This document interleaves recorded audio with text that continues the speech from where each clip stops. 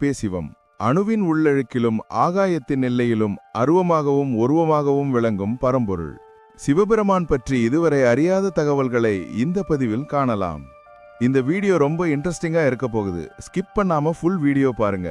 வாங்க வீடியோக்குள்ள போலாம். பிரபஞ்சத்தின் வடிவமாகவும் அணுவுக்குள் இயக்கமாகவும் இருப்பவர் பரம்பொருளான சிவபெருமான்.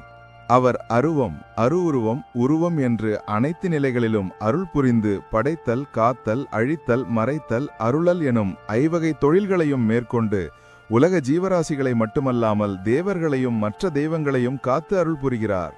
தேவர்களும் சரி, விநாயகர், முருகர் போன்ற மற்ற தெய்வங்களும் சரி, தங்களுக்கு சாபத்தின் காரணமாக சோதனையும் துன்பங்களும் ஏற்பட்ட காலங்களில் மூல பரம்பொருளான சிவபெருமானை வழிபட்டே சாப விமோசனம் பெற்றிருக்கிறார்கள். தெய்வங்கள் வழிபட்ட சிவத்தலங்கள் எண்ணற்றவை இருந்தாலும் சில சிவத்தலங்களை இங்கே பார்ப்போம். படைப்பு கடவுள் நான், அனைத்தையும் வடிந்தவன் நான் ஒருவன் மட்டுமே என்று கர்வம் ஏற்பட்டது பிரம்மதேவருக்கு. அவருடைய கர்வத்தை போக்க திருவுள்ளம் கொண்ட முருகப்பெருமான் அவரிடம் பிரணவப் பொருளை விளக்கும்படி கேட்டார். கர்வத்தின் காரணமாக பிரணவப் பொருள் தெரியாமல் விழித்த பிரம்மதேவரை சிறையில் அடைத்து தானே படைக்கும் தொழிலை மேற்கொண்டார். நடந்த நிகழ்ச்சியை அறிந்து கொண்ட சிவபெருமான் முருகனிடம் பிரணவப் பொருளின் விளக்கம் கேட்டார். சீடராக இருந்து கேட்டால் உபதேசிக்கப்படும் என்று முருகப்பெருமான் கூறவே சிவபெருமானும் சீடனாக இருந்து உபதேசம் பெற்றார். குருவுக்கு நிகரான தன் தந்தை சிவபெருமானை மண்டியிட செய்த தோஷம் நீங்க வேண்டும் என்பதற்காக நகரங்களில் சிறந்த காஞ்சி நகரை அடைந்து ஒரு மாமரத்தின் அடையில் சிவலிங்க பிரதிஷ்டை செய்து வழிபட்டார். அவருடைய வழிபாட்டில் மகிழ்ந்த சிவபெருமான் அவருடைய மனக்குறையை போக்கி அவருக்கு சேனாபதீஸ்வரர் என்னும் திருப்பெயரும் வழங்கினார். அந்த தலம்தான் காஞ்சி குமரக்கோட்டம். அந்த கோயிலில் முருகக்கடவுள் மாமரத்தின் அடியில் மாவடிக்கந்தன் என்ற பெயரில் அருள்கிறார்.